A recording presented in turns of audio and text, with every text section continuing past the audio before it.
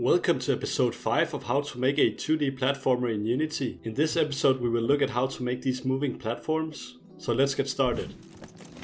So first off we'll start off by making another ground over here. So I'll click on ground, I'll click on tile palette and I will create a new ground. So I'll just press this one.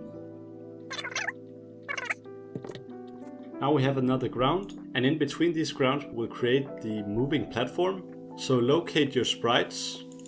And in here, I'll drag the single one in, the single left and the single right in. So now we have these as game objects, not as tiles. Then right under, I'll create an empty game object called moving platform. And I'll make sure to set this, and I'll make sure to reset the position to 0, 0, 0.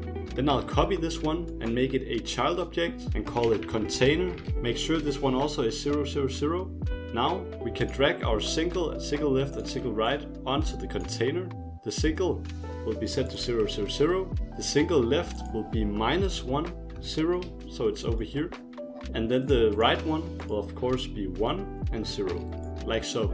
Now we're just gonna select them all and change the color a bit so it looks different. Whatever color you like, just so you can see that it's a moving platform. Now I'll right click over the moving platforms and I'll create another empty game object and I'll call this point 1. So this will be the first point where the moving platform will be. So I can just select both the container and the point 1 and move it over here. So this seems to be where point 1 should be. Then I'll copy point 1 and call it point 2. Then I'll select the point 2, hold Control and select the container and move it over here. This is where point 2 should be. So now we know where point 1 and point 2 should be. So now the moving platform is going to go between these 2 points when we create the script. But right before we create the script, we'll go onto the container. Here we'll add a rigid body 2D and we'll set it to kinematic. Then we will also add a box collider 2D. But as you can see, it doesn't fill the entire platform. So we'll just edit it a bit, like so. We will also set the layer to ground so that the player can jump on it. And I'll do no this object only. Now let's create the script. So head over to your scripts folder and create a new C# script called moving platform. Now open it up.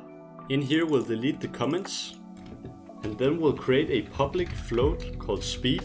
I'll just set this to 2 for now. Then I'll add a public transform array. So add these brackets and call it points. This will hold all the points. So we could essentially add more of these points so it moves between 3 points. Then we will also add a private int called I. And in the start function we'll do transform.position equals points 0. So the first point dot position. So the position will be set to the first point in the beginning.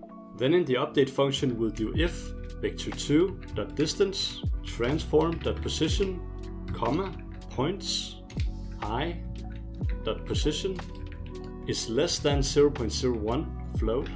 Then we'll up the I value by 1 by doing I++.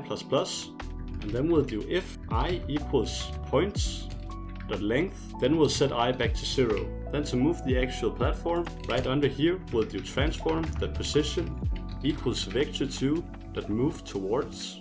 This takes in the current position, so we'll do transform.position. Then it takes the target position, that will be points I.position. And then we can do the speed. We'll do speed times time.delta time. That's all we need for now. Let's head back into Unity. In here we'll click on the container and add the moving platform script over here. In here we need to add the points. So I'll click plus 2 times here and drag the first point in and then the second point in. Let's now click start. And as you can see, the platform moves between these points. But if I step on it, you can see the player doesn't follow. So let's just create that real quick. First we'll go on to the player and set the tag to be player. Then we'll go into our script. In here we'll add an onCollisionEnter2D and we'll do if collision.gameObject.tag equals player, spelled the exact same way as the tag. Then we'll do collision.transform.setParent to be transform. So the parent will essentially be this platform. Then we also need a onCollisionExit2D and we'll copy this, but instead of doing transform, we'll set this to null. So the platform no longer is the parent. Let's test this out. And as you can see, the player now follows. And when we jump off, the player is no longer a part of the platform. So that is all for this episode. Subscribe if you liked it, and see you tomorrow for the next episode.